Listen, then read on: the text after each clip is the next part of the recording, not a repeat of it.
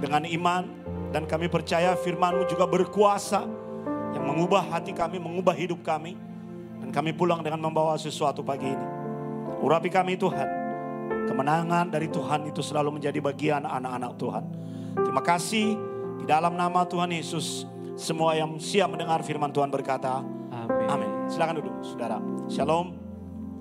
Hari ini Abuna akan sharing firman mengenai bagaimana Tuhan bisa memimpin kita, membebaskan kita menuju kemenangan dari berbagai hal yang menjadi problematika manusia. Selalu Abuna ajarkan bahwa selama manusia ada di bumi, selalu ada masalah. Hanya orang mati yang tidak punya masalah, orang yang hidup yang bermasalah. Selama manusia masih beraktivitas, maka selalu ada problem. Nah, cara kita menghadapi problem dan masalah itu tidak lagi di dalam cara pandang dunia, tapi di dalam cara pandang Tuhan. Kita menggunakan frame, langkah-langkah. Makanya orang Kristen, kalau dia berada dalam masalah, beda responnya dengan orang non-Kristen. Kalau orang non-Kristen dia menyerah, dia menyalahkan orang lain, dia menyalahkan Tuhan. Orang Kristen, apa yang seharusnya dia lakukan adalah, dan yang seharusnya demikian adalah, dia melihat apa yang menjadi rencana Tuhan di balik ini. Dan dia akan membangun satu keyakinan yang kuat di dalam dirinya bahwa semua akan baik-baik saja. Karena Tuhan tidak akan pernah melepasnya. Dia akan mengalami kemenangan. Dan hari ini kita akan belajar bagaimana mengalami kemenangan itu, saudara. Saya ingin kita merenungkan kembali perkataan Tuhan di dalam Ulangan pasal 31 ayat 8. Satu janji Tuhan, saudara. Ada 4 hal yang dia janjikan di situ. Kita baca sama-sama, 2, 3. Sebab Tuhan, dia sendiri, pertama apa? Akan berjalan di apa? Di depanmu. Berjalan di depan itu artinya saudara-saudara, dia memberikan petunjuk. Dia menjadi direction, arah. Kalau Tuhan belok kanan, kita belok kanan. Kurang lebih seperti itu. Dia seperti waze kita. Tahu waze ya? Apa itu waze? Ya, bukan Waze ya. Bacanya waze. Dia memberikan arah, belok kanan, belok kiri. 100 meter lagi akan belok kiri.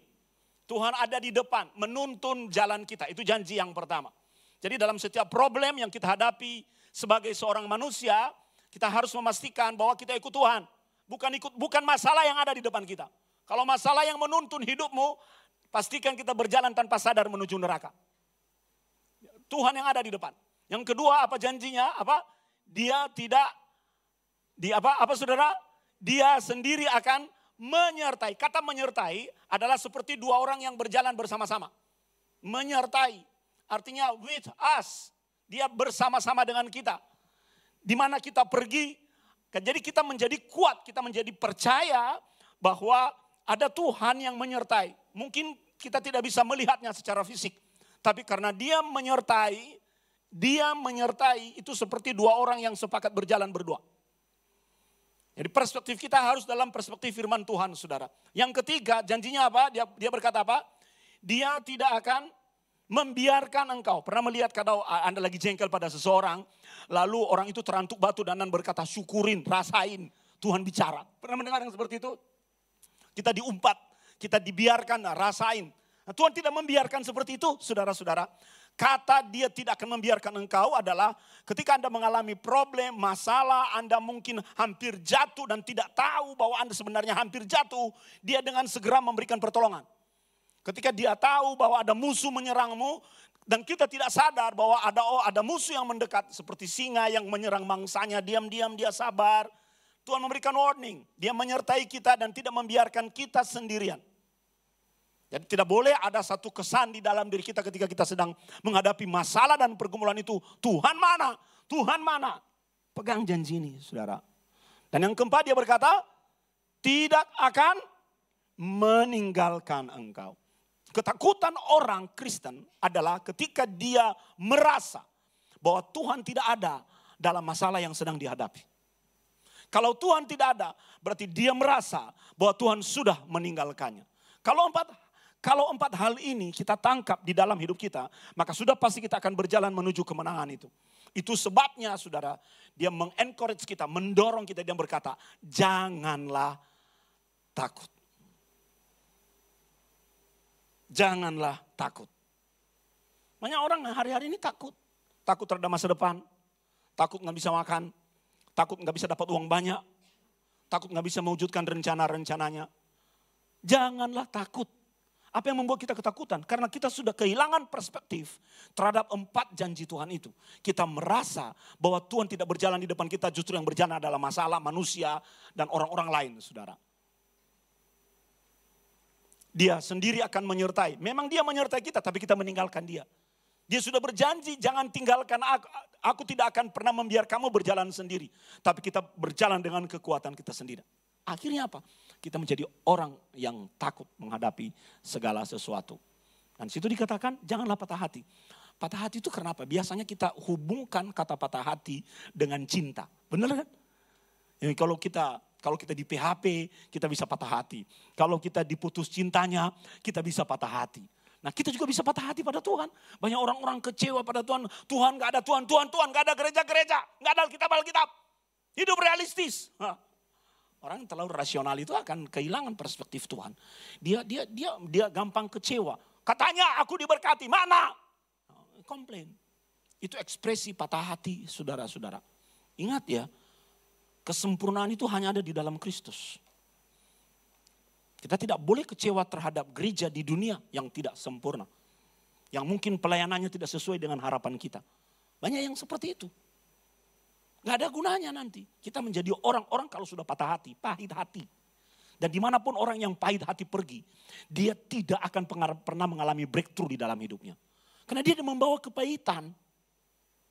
Orang yang patah hati itu, misalnya ada orang yang, saya dulu punya satu teman, sudah agak tua, jadi kita panggil dia bukan hanya ko, tapi engkong. Dia selalu pakai baju putih dan celana hitam, dimanapun dia pergi. Baju putih, celana hitam. Rupanya dia patah hati dan pernah ditinggal oleh pacarnya. Jadi sampai tua dia mengambil komitmen tidak mau mengenal yang namanya wanita lagi. Rugi bandar. Iya kan? Saya bilang, kok, ayo. Di gerejaku banyak janda ada. Ya toh?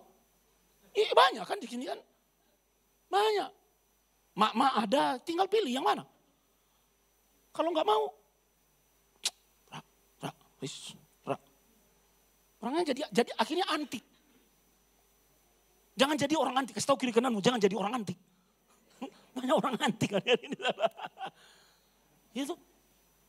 Tapi kalau ada yang mau nanti saya jodohin, enggak apa-apa. Karena dia hidup sendirian, hartanya banyak. Lumayan toh?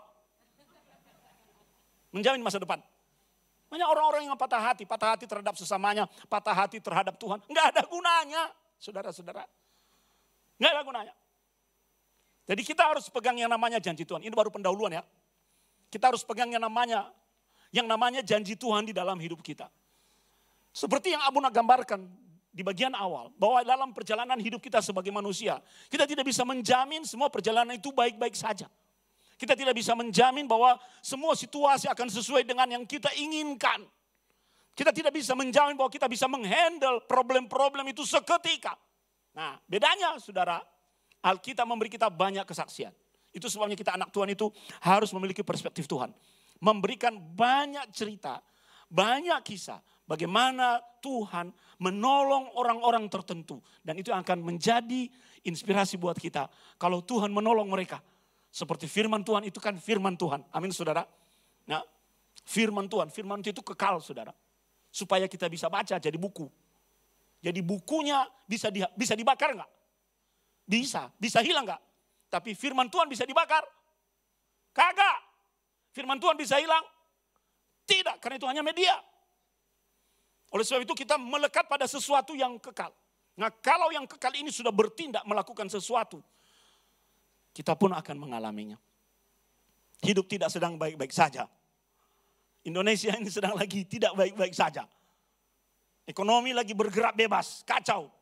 Orang sekarang banyak pengangguran. Kita berdoa agar presiden bisa dan seluruh timnya bisa menghandle Indonesia ini, membuat kita menjadi lebih baik. Perusahaan investasi asing keluar dari Indonesia. Banyak, hati-hati kita, banyak pengangguran. Di mana ada banyak pengangguran, kejahatan akan meningkat, saudara. Oleh sebab itu kita perlu berdoa. Kita perlu membawa Indonesia untuk melekat kepada janji Tuhan, saudara. Sehingga dengan ada anak-anak Tuhan di tempat ini, di bangsa ini ada berkat Tuhan atas Indonesia. Amin, amin. Dan kita harus mengalaminya dulu, baru bisa bersaksi kepada orang lain. Jadi kita sebenarnya adalah orang-orang dalam perjalanan hidup ini adalah orang-orang yang butuh kemenangan. Nah, hari ini kita akan belajar dari 4 peristiwa di dalam Alkitab untuk mengalami kemenangan itu. Lihat gambar ini, Anda sudah bisa menebak siapa orang ini? Yunus, saudara. Untung Yunus ditelan oleh ikan yang besar. Ikan besar itu kol gadol. Dalam bahasa Ibrani kol gadol. Itu bukan ikan paus, saudara. Alkitab hanya mendefinisikannya sebagai kol gadol. Ikan yang besar. Mungkin ikan purba. Nah, karena asosiasi kita terhadap ikan besar adalah paus. Kita berpikir itu ikan paus. Lebih besar lagi, saudara. Nah, Yunus ini dibebaskan oleh Tuhan dan mengalami kemenangan. Nanti kalau Anda baca dalam kisah Yunus pasal 1 sampai pasal 2. Yunus pasal 1 sampai pasal 2. Dia adalah orang yang melarikan diri dari Tuhan. Itu setting, cerita dari narasi Yunus ini. Kenapa dia melarikan diri dari Tuhan? Karena Tuhan punya rencana A, dia memiliki rencana B. Karena Tuhan berkata kau ke kanan, dia tidak mengikuti arahan Tuhan untuk ke kanan, dia mau ke kiri. Kita semua mengerti bahwa Yunus pada masa itu sangat antipati terhadap orang-orang Niniwe yang menjadi penjajah Israel. Jadi buat apa aku harus khotbah ke sana memberitakan firman Tuhan? Kalau perlu dihancurkan saja Niniwe itu. Itu agenda pribadi yang ada di dalam diri Yunus. Tuhan berkata tidak, kau pergi ke sana supaya bangsa itu bertobat. Dia tidak berada di dalam setting Tuhan, saudara-saudara. Sehingga apa yang terjadi? Kalau kita menjadi seperti Yunus, saudara, maka kita menjadi orang-orang yang akan ditelan kol gadol. Bisnismu ditelan kol gadol. Hidupmu ditelan kol gadol. Pekerjaanmu ditelan kol gadol. Nggak enak berada dalam perut ikan. Udah gelap, banyak lendirnya. Kita nggak tahu kapan bisa keluarnya. Kalau ditelan sesuatu itu, saudara, sangat tidak menyenangkan. Dan gara-gara Yunus itu, ikan itu tersiksa sebenarnya. Kan dia tidak boleh mengunyah, hanya ditelan. Tuhan memerintahkan dia, kau telan aja. Padahal sebenarnya dia telan untuk bisa bertahan hidup dan makan di lautan. Orang kalau berada dalam perut ikan yang besar, dia akan pasti di laut dalam. Dia melakukan manuver. Terus. Mungkin Anda seperti Yunus yang berada di dalam perut ikan, yang hidupmu mengalami manuver yang begitu kontras dan kritis. Kadang naik, dan ternyata tidak naik sampai di titik tertentu, turun. Tahu roller coaster? Itu manuvernya mengerikan, saudara. Suatu kali, Abuna paling tidak suka naik itu. Enggak suka, takut, saudara. Ya, kalau Anda tidak kuat ya jangan naik itu, saudara. Nah, di satu tempat permainan Abuna lihat, itu kok orang antrinya banyak ya. Orang antrinya banyak. Kita lihat dari luar tuh baik-baik saja, tidak ada konstruksi besi sehingga kita bisa menduga bahwa itu roller coaster. Jadi orang antri. Nah, tahun A, Abuna pergi ke sana, nggak bisa pergi ke tempat orang antri itu karena terlalu banyak. Ya udahlah, kecewa, udah balik. Kita balik. Tahun B, kami ke sana lagi dan ternyata di tempat itu sepi. Saya berkata, ini kan yang tahun lalu kita nggak bisa ke sana. Ayo yuk antri yuk. Saya ajak, ayo pak kita antri ke permainan itu. Kami antri, saudara. Kan di sana kalau sudah masuk antrian nggak boleh mundur. Benar kan? Ada pagar, nggak boleh mundur. Udah sampai di depan, sampai udah antri lama, maju. Akhirnya kita udah Tuhan memang sudah tolong kita. Kalau kita memang jatah itu ya jatah ya toh. Sampai di sana, saudara, ternyata roller coaster. Aduh, saya bilang, iki piye pak? Lu kok gini? Saya boleh mundur nggak? Nggak boleh pak, bapak harus turun nanti keluarnya di sana. Aduh, ini gimana ini? Saya bilang, ayo kita naik aja lah kalau gitu. Anda tahu nggak, saudara? Dia begitu naik pertama, dia begini, naik ke atas, turun lagi. Saya berkata, Tuhan, aku nggak mau hidupku kayak gini. Anda kalau hidupmu kayak roller coaster, hidupmu nggak tenang. Benar nggak? Setuju ya? Kita kan maunya hidupnya adem-adem aja toh. Baik-baik aja. Tapi kalau hidup kita roller coaster, bisnis kita roller coaster, bisa tidur nggak? Nggak bisa. Sejak itu saya berkata, aku nggak mau lagi Tuhan. Makanya apa yang terlihat di depan mata itu beda dengan apa yang terlihat di balik mata. Hati-hati jangan tertipu dengan pandangan mata. Gitu. Kemarin itu saya ngomong sama Abu nih, ada satu orang ibu-ibu melayani kami saudara. Dia cek, Abu sudah ada makanan belum, sudah, terus diambil air. Abu tolong minum. Saya gini sama Abu nih, Ma, itu taci-taci itu, coba lihat Facebooknya. Ayunya minta ampun. Kulitnya halus, wajahnya cantik. Iki loh Facebooknya. Faktanya itu. Jadi jangan tertipu oleh Facebook dan penampilan. Banyak filter. Yunus berontak dari Tuhan. Dan itu membuat dia terhukum. Masuk dalam perut ikan. Mengalami manuver hidupnya. Mengalami sesuatu yang tidak pasti. Berada di dalam kegelapan. Dia tidak tahu. Nggak ada senter di sana. Nggak ada sentelop. Sentelop itu apa toh? Center. Ayo ngono. Nggak ada cahaya. Kalau Anda sedang berada dalam situasi yang seperti itu, coba cek and recheck hidupmu. Jangan-jangan Anda memiliki hidden agenda tersembunyi dari rencana Tuhan. Jangan-jangan Anda sedang lari dari Tuhan. Jangan-jangan Tuhan bilang A, kamu bilang B. Tuhan bilang ke kanan, nah aku memiliki rencana untuk mengutusmu ke kanan itu. Aku tidak perlu membuatmu mengerti, cuma taat aja. Kenapa sih susah amat? Seperti anak milenial, dikasih tahu ngeyel. Anak milenial tuh dikasih tahu ngeyel. Nah pindahin kursi ini, ngapain? Ya nurut kenapa sih? Tutup pintu nanti, nurut kenapa sih? Kok harus nanti? Ini anak milenial toh. Jangan main game, lu ini masih seru. Karena Bunda udah pernah bilang, kalau main game bisa membuat kita makan, kenyang, naik kelas, pintar, kaya, Abuna juga ikut main game. Kita jadikan program nasional gereja kita. Kan faktanya nggak kayak gitu. Mau ya bertobat itu anak-anak Abuna yang di sini itu, sampai mata kero itu jadi begini. Main gara-gara game. Boleh main game teratur, terkontrol. Anak sekarang kan bantah dulu, baru nurut. Yang seperti itu nggak ada di sinilah. Yunus bantah-bantah, akhirnya masuk perut ikan. Masih untung dia masuk perut ikan. Coba yang menelan dia amuba. Badannya dia akan diperkecil. Jadi kalau hari-hari ini Anda menjalani hidup seperti Yunus, kamu butuh kemenangan. Amin. Bertobat. Jangan punya agenda tambahan. Jangan punya agenda tersembunyi. Nurut Tuhan itu susah amat sih. Jangan jadi orang Kristen milenial. Sampai sekarang itu loh, revival itu gak bertobat sama Buna. Nanti disuruh, Pal, ambil dulu ini. Ada aja alasannya mau ya sekarang tuh ya. Papa butuhnya sekarang. Dia tukang pijat saya. Pal, punggung papa tolong dipijat dulu.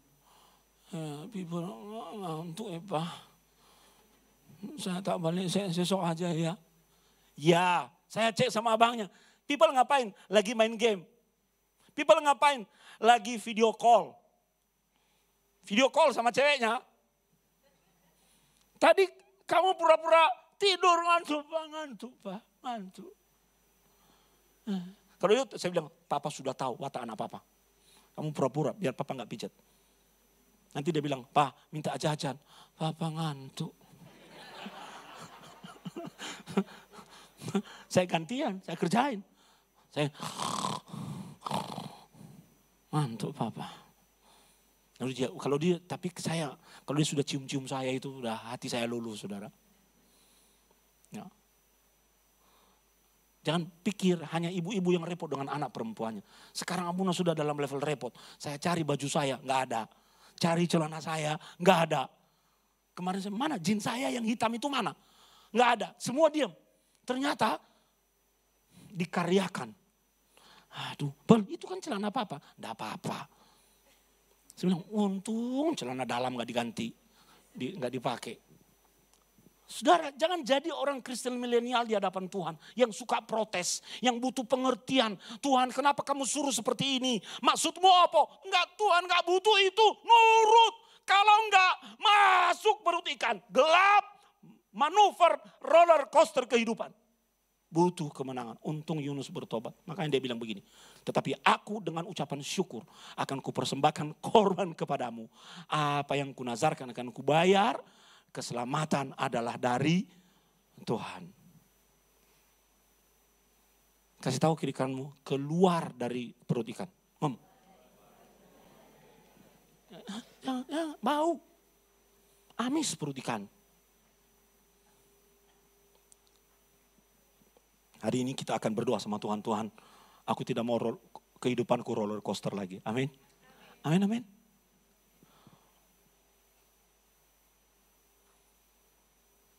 Yang kedua, jadi kita kan tidak mengalami kemenangan karena kita lari dari Tuhan. Yang kedua ini, ini gak bagus banget ini. Ini apa ini? Anda lihat foto ini apa? Itu kuburan yang ada di Betania. Kuburan Lazarus. Masih ada sampai dengan hari ini membuktikan otentifikasi Alkitab. Disitulah lihat orang yang ada di tengah-tengah itu. Kurang lebih seperti itu ketika Yesus memanggil Lazarus. Lazarus, keluarlah. Kurang lebih seperti itu. Serem gak tuh? Malam-malam ada orang datang sama saudara. Shalom. Lagi pipis gitu ya. Halo. Serem. Tapi tidak serem karena di dalam Tuhan. Kenapa saudara? Lazarus mati. Kurang lebih situasi kita mungkin menjadi seperti Lazarus. Dari semula hidup, apa yang kita kerjakan hidup, tiba-tiba berubah jadi mati. Dagangan sepi itu mati, saudara. Kesehatan yang semula baik, tiba-tiba sakit, penyakit datang. Itu proses kematian. Jangan anggap ini sebagai sesuatu yang wajar loh. Lihat saudara, dimanapun Anda pergi, semua yang hidup jadi mati. Seperti Lazarus masuk dalam kuburan. 4 hari Lazarus ada dalam kuburan baru dibangkitkan oleh Yesus. Udah busuk artinya itu. Kenapa 4 hari? Sengaja kan? Seperti yang Bunda pernah jelaskan. Bahwa kalau 3 hari orang Yahudi di sana pada waktu itu. Kalau 3 hari roh mayat itu masih di sekeliling mayatnya. Jadi kalau Yesus membangkitkan Lazarus pada hari ketiga. Orang akan berkata ini bukan mujizat. Rohnya kembali ke tubuhnya. Tapi kalau sudah 4 hari artinya Yesus sengaja untuk mengubah paradigma mereka, saudara. Memberitahu bahwa dia memiliki kuasa atas kematian. Yesus yang menjadi pemilik kehidupan itu. Ketika Anda mulai menjauh dari Tuhan, saudara, Anda mulai menjauh dari kehidupan, maka kematian yang akan mendekat kepadamu. Mari coba check and recheck. Jangan terlalu banyak mikir dan analisis di hadapan Tuhan. Itu yang membuat kita makin jauh dari Tuhan, makin jauh dari Tuhan, makin jauh dari Tuhan, makin jauh dari gereja, makin jauh dari Alkitab, makin jauh dari doa, makin jauh dari fellowship kita dengan sesama orang Kristen. Apa yang terjadi, saudara? Mati. Mungkin kita masih hidup, bernafas, tapi segala yang kita kerjakan gak hidup. Melorot. Seperti tanaman yang pelan-pelan dari hijau menjadi kering-kering kemudian mati. Banyak orang mengalami hal itu hari-hari ini, saudara. Mengalami kematian dan kehilangan harapan untuk hidup. Seperti Lazarus. Mungkin kita tidak seperti Yunus. Tapi kita seperti Lazarus. Kenapa ya Abuna? Aku pegang sesuatu kok gak jadi-jadi. Kok gagal? Malah modalku hilang. Iki piye sing salah iki opo? Kenapa? Kenapa ya Buna? Aku sudah berdoa buat istriku, tapi kok makin lama istriku kok makin tua. Itu alamiah. Iya toh? Wajar, itu alamiah. Yang Abuna maksudkan mati itu adalah kehilangan esensi kehidupan. Kehilangan esensi hidup. Kalau Anda sudah kehilangan esensi hidup, Anda menjadi mayat berjalan. Memang hidup, tapi jadi mayat berjalan. Sudahlah, saudara-saudara. Stop menganalisis, stop dengan segala, kok iso, bagaimana? Tuhan gak butuh itu. Tuhan butuh taat supaya kita menjadi orang yang hidup. Dan yang membuat kita bisa hidup hanya Yesus, hanya Tuhan. Orang yang dekat-dekat dengan Tuhan itu, ya, dia mendekat pada sumber kehidupan. Haleluya. Ya, mendekat pada sumber kehidupan. Kalau ada orang lain diberkati jangan nyinyir. Lihat kenapa ya? Kok iso ya? Oh, dia dekat sama Tuhan. Yang namanya dalam Tuhan itu selalu ada kejutan demi kejutan. Amin. Yang tidak bisa kita jelaskan. Ada satu orang divonis oleh dokter, 3 bulan lagi kau mati. Jadi dia panggil keluarga, berikan dia makanan sebanyak-banyaknya. Dia mau apa, layani dengan baik supaya hidupnya senang. Dok, gak bisa ditawar lagi, gak bisa. Karena level CA-nya sudah seperti ini, seluruh sistem tubuhnya sudah rusak, mati. Tapi pemilik kehidupan berkata, tidak. 15 tahun dia dapat tambahan umur dari Tuhan. 15 tahun, baru mati. Kenapa? Sejak itu dia bertobat. Dia dengarkan lagu rohani, dia baca Alkitab. Ya memang ada plus minus dari hal yang seperti ini ya. Tapi saya melihat sisi positif. Dia ikut di dalam persekutuan doa. Ya, gereja belum buka dia sudah hadir di depan. Malah dia yang bangunkan pendetanya. Gitu. 15 tahun nambah umur. Apa nambah umur dalam bahasa Jawa itu apa? Hah? Dowo umurnya. Tuhan itu pemilik kehidupan. Orang yang dekat-dekat dengan Tuhan, yang setia melayani Tuhan. Itu Harun itu kesalahannya banyak, pernah berontak terhadap Musa. Tapi yang kena kusta Miriam, dua-duanya, Harun dan Miriam. Kenapa? Karena dia masih punya jubah pelayanan. Tapi jangan nanti semuanya setelah ini daftar pelayanan ya, supaya terlindungi. Bukan. Orang yang dekat dengan Tuhan itu, saudara, dijaga oleh Tuhan. Amin. Jadi marilah kita berlomba dekat dengan Tuhan, supaya Tuhan menjaga hidup kita. Ketika Tuhan mendekat, yang mati jadi hidup. Ketika Tuhan mendekat ke makam Lazarus, yang mati jadi hidup. Itulah sebabnya ada Yohanes berkata, perkataan Yesus, akulah kebangkitan dan hidup. Barang siapa percaya kepadaku, ia akan hidup walaupun ia sudah mati. Jadi kasih tahu kiri kananmu, belum terlambat. Ya tahu? Mungkin sudah ada yang mati-mati pada kita ya. Mati-mati ya kita mendekat-dekat dengan Tuhan. Yang mati akan Tuhan buat hidup kembali. Haleluya. Amin.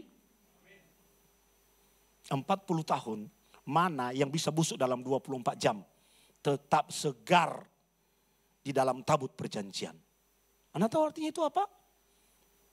Orang yang berada dalam Tuhan akan tetap awet apapun. Tokoh yang ketiga, peristiwa yang ketiga. Wah, ini kita sudah pasti tahu ini. Mungkin kita tidak bisa seperti Yunus. Mungkin situasi kita tidak seperti siapa tadi? Lazarus. Tapi mungkin kita seperti Daniel. Kenapa Daniel berada di dalam gua singa? Karena dia difitnah.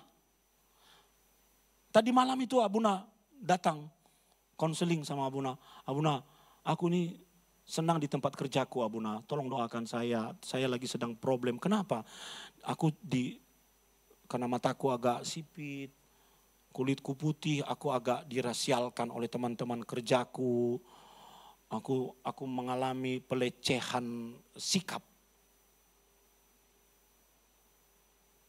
Saya berkata, hey, pokoknya hormati semua orang. Ya, berdoa pada Tuhan karena Tuhan yang meninggikan dan merendahkan orang. Tuhan yang mempromosikan manusia, jangan takut. Wah, tapi ada orang-orang jahat Abuna, biarkan saja. Yang jahat tetap jahat, yang baik tetap baik. Pilih jadi orang baik. Tuhan senang dengan orang baik, Tuhan tidak senang dengan orang jahat. Orang jahat kelihatannya baik, kelihatannya naik, tapi kita tidak pernah tahu akhirnya. Tetap jadi orang baik. Kasih tahu kiri kanan mulut, tetap jadi orang baik. Jangan ikut cara-cara dunia, Kita ikut cara-cara sorgawi. Nah, Daniel menjadi korban orang jahat, korban konspirasi, saudara-saudara. Dia berada di dalam gua. Ingat, Yunus berada di dalam perut ikan. Lazarus berada di dalam gua kematian. Daniel berada di dalam gua bukan karena kesalahannya. Dia orang yang taat berdoa, disiplin rohaninya keren, saudara. Tetap setia berdoa 3 kali sehari. Kadang-kadang ada peristiwa di mana kita tidak bisa menghindar sesuatu. Tapi ketika kita berada dalam peristiwa itu, disitulah nyata perlindungan dan proteksi Tuhan. Mungkin kita berada di dalam komunitas singa yang siap menerkam kita atau menghabisi kita. Tapi kalau Tuhan yang bertindak, dia menutup mulut singa-singa yang kelaparan itu. Mungkin kita difitnah oleh teman bisnis, yang namanya bisnis begini kan. Difitnah, kita jatuh dalam bisnis. Persaingan yang tidak sehat. Memang seperti itu dunia di luar sana, saudara.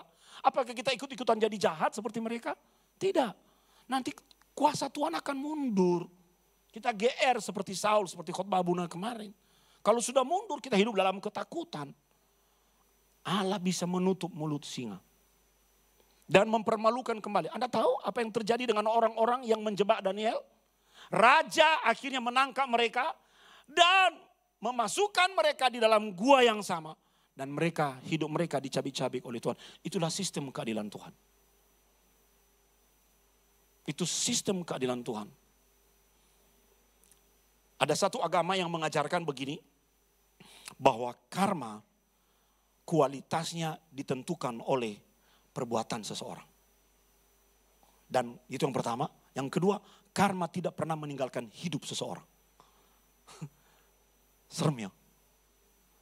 Maka kita jadi orang Kristen itu baik-baik sajalah. Kita tidak memiliki definisi karma. Tapi firman Tuhan mengajar kita, apa yang kau tabur, itu yang kau tuai. Maka taburlah yang baik. Senyum kepada semua orang. Tolong orang lain.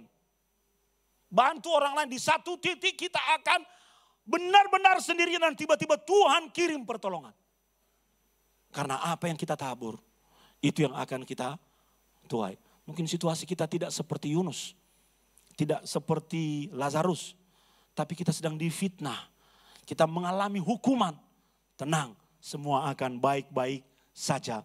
Karena Tuhan berkata, aku tidak akan membiarkanmu sendirian. Tuhan tidak membuat kita terhindar dari gua singa. Tapi dia bisa menutup mulut singa. Dan ini yang disebut dengan pembalikan keadaan. Yang terakhir saudara, saya suka foto ini. Bagaimana orang Israel bersuka cita keluar dari Mesir. Keluar dari perbudakan di bawah pimpinan Musa.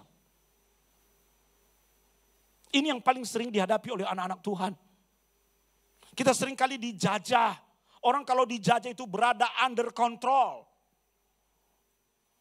Leher kita diinjak. Gerakan kita dibatasi. Kaki kita terikat. Nggak bisa bebas bergerak. Mau bukti? Coba Anda berutang sama bank. Coba Anda berutang sama bank. Datang manis-manis. Bunganya rendah kok. Ini ada fasilitas begini. Gini. Coba Anda terlambat bayar. Yang datang ke rumahmu debt collector. Coba Anda berkali-kali terlambat bayar dan tertunda lama. Sertifikatmu dia lelang. Bank itu seperti itu. Ini bagus investasi kok. Ini bagus loh. Gini. Saya itu selalu berprinsip tidak percaya mulut orang bank. Karena dia pedagang. Enggak. Apa yang dia tawarkan sebentar. Jangan tertarik dulu, pelajari. Maaf kalau ada pegawai bank di sini, bukan menyinggung. Maaf, bukan. Tapi selalu seperti itu, karena Abuna ini gembala, banyak berhadapan dengan jemaat-jemaat yang terjebak akhirnya. Di situ saya tahu, lah kemarin waktu transaksi gimana? Gini Pak Abuna, gini. Aduh.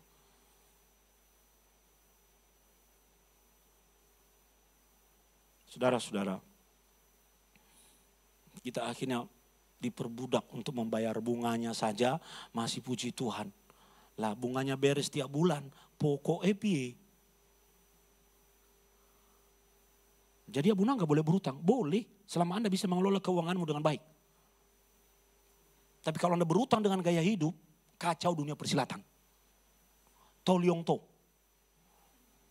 Benar. Di keluarga kami sesungguhnya yang punya kredit card itu Revo. Karena dia butuh untuk kumpul poin. Kumpul poin. Jangan pikir Abuna ke luar negeri itu bayar duit ya. Poin. Yang ngajarin itu Pak Daniel itu. Jadi poin. Loh itu menguntungkan loh. Poin, gesek. Berkali-kali saya itu pengen buat kartu kredit. Karena kan Abunya banyak pergi toh. Pergi-pergi kan Abuna. Dalam bulan ini saja saya naik pesawat berapa kali. Saya banyak pergi. Jadi mulai. Tapi aneh sekali. Pertama saya pengen kartu kredit sebuah bank A. Saya nggak boleh sebut nama toh. Bank A. Sampai 5 kali saya ke banknya. Saya ke bank ini, di kantor ini. Tukang kredit apa sih itu? Pegawai kreditnya lagi makan siang. Pindah ke bank A di jalan ini. Itu lagi meeting. Pindah lagi, hari yang sama dari pagi sampai sore. Saya berkata, gila nih bang ya. Kita mau buat kartu kredit. Malah dibilang tinggalkan alamat, tinggalkan nomor telepon. Nanti kita hubungi. Oh no. Itu bank A. Bank B. Saya pergi ke sana saudara. Ketemunya satpam. Ini aplikasinya. Lah pegawainya mana? Ya saya. Jadi selalu saja ada hambatan. Bank C. Saya apply di sebuah bank. Bagus. Udah dari tahun lalu. Dari tahun 2024 ya. 24. Udah nyetor. Udah saya tabung. Buka account. Saya mau apply credit card. Ditolak. Serius loh ini, bukan Abuna nggak mau. Abuna bilang, hei Pak Pendeta, sudah 3 kali kau ditolak. Jangan ngoyo. Jangan ngoyo. Makanya saya berkali-kali saya akan bersahabat dengan Pak Daniel ini. Abuna ini aku lah dapat poin ini, aku pergi gini. Kok enak banget ya. Nah, pendeta juga manusia. Ya, tapi ternyata Tuhan sudah bicara 3 kali, jangan yang keempat lah. Saya tidak menyalahkan Anda yang punya kredit card, kelola dengan baik. Amin, amin. Kelola dengan baik, nikmati manfaatnya. Kelola, selama Anda bisa mengelola dengan baik, silakan. Tapi kalau Anda cuma mau gesek, giliran ditagih, kabur. Nggak bisa. Itu sebabnya bank pakai, itu sebabnya bank itu pakai debt collector. Karena tidak ada hukum, kalau Anda mau kabur boleh. Jadi dia pakai debt collector.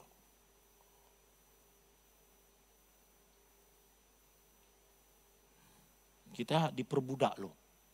Oleh sistem dunia. Kita kerja kepada orang lain. Kita kerja kepada bank. Kita kerja pada sistem. Kita tidak bisa menikmati hidup. Apa yang salah? Hari ini Tuhan berkata, aku akan membebaskanmu keluar dari Mesir. Amin, amin, amin. Ayo kita berdoa pada Tuhan, saudara-saudara. Tuhan hadir seperti tiang awan dan tiang api. Dia berkata, aku menyertai engkau seperti tiang awan, tiang api. Berjalan di depanmu. Aku tidak akan membiarkanmu sendirian. Saudara, hari ini kita berdoa pada Tuhan. Pemain musik maju ke depan. Aku mau mengalami kemenangan. Amin. Saudara mau mengalami kemenangan? Kita berdoa pada Tuhan. Karena Tuhan yang membawa. Tuhan yang membawa. Siapa ini? Tuhan yang membawa Yunus keluar. Tuhan yang sama yang akan membawa kita keluar. Tuhan yang membawa Lazarus keluar. Tuhan yang sama yang akan membawa kita keluar dari kematian apapun. Pulang dari tempat ini, kita imani firman ini. Apapun yang aku kerjakan tidak akan mati. Aku hidup Tuhan. Bisnisku hidup, pekerjaanku hidup, semangatku hidup. Tuhan yang sama yang membebaskan Daniel. Itu yang akan menolong dan membawa kita kepada kemenangan. Tuhan yang sama yang membawa bangsa Israel keluar dari perbudakan. Ayo kita semua, apa yang salah kita perbaiki hidup kita. Saya akan berdoa buat saudara. Mau didoakan saudara? Kita akan mengalami kemenangan. Every day is miracle. Kita kita nyanyi tak terbatas kuasa-Mu Tuhan. Biarkan Roh Kudus bicara kepadamu secara pribadi. Tutup matamu, jangan peduli pada orang di kiri dan kananmu. Saya akan berdoa buat saudara. Haleluya Tuhan. Kami tidak mau membatasi kuasa-Mu. Kami menyadari kami seperti Nuh, seperti Yunus. Kami menyadari mungkin kami seperti Daniel.